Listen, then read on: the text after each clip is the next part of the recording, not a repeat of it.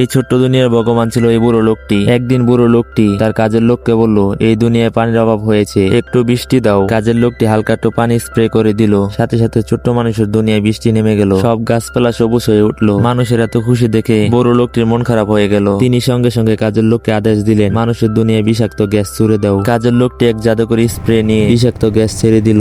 এতে মানুষ একে একে মরতে লাগলো। যারা বেঁচে গেল তারা ঈশ্বরের কাছে প্রার্থনা করতে লাগলো। তখন ঈশ্বরের মনে দয়া হলো, তিনি কিছু মানুষকে বেঁচে থাকার সুযোগ দিল। বেঁচে যাওয়া ছোট মানুষগুলো আগুন জ্বালানোর চেষ্টা করছিল। হঠাৎ করে তারা আগুন জ্বালানোর টেকনিক জেনে গেছে, কিন্তু ঈশ্বর একবারই চাইছিলেন না মানুষ আগুন জ্বালানোর রহস্য জানো। তাই তিনি চাকরকে বললেন, এই দুনিয়ায় এক ভয়ঙ্কর তুফান আনো। চাকর অনেক জোরে ফু দিল, প্রচন্ড বাতাস শুরু হলো। ছোট মানুষদের দুনিয়ায় আগুন নিভে গেল। এবার ঈশ্বর ঘুমাতে চাচ্ছিলেন, কিন্তু ছোট মানুষগুলো তাদের কাণ্ড কারখানা দিয়ে ঈশ্বরকে ঘুমাতে দিচ্ছিল না। রাগে ঈশ্বর তাদের পিছনে অনেকগুলো বড় হাতি লাগিয়ে দেয়। ভয়ে মানুষগুলো গুহার ভিতরে লুকিয়ে পড়ে। 1000 বছর পর ঈশ্বরের ঘুম ভাঙলো। তিনি দেখলেন মানুষ 1000 বছর এগিয়ে গেছে। তার সামনে উঁচু উঁচু বিল্ডিং আর দামি বাড়িঘর দাঁড়িয়ে আছে। ঈশ্বর চাকরকে বলল, পুরো শহরে আগুন লাগিয়ে দাও। চাকর কিছু না বলে পুরো শহরে আগুন লাগিয়ে দিল। এ কেমন ঈশ্বর!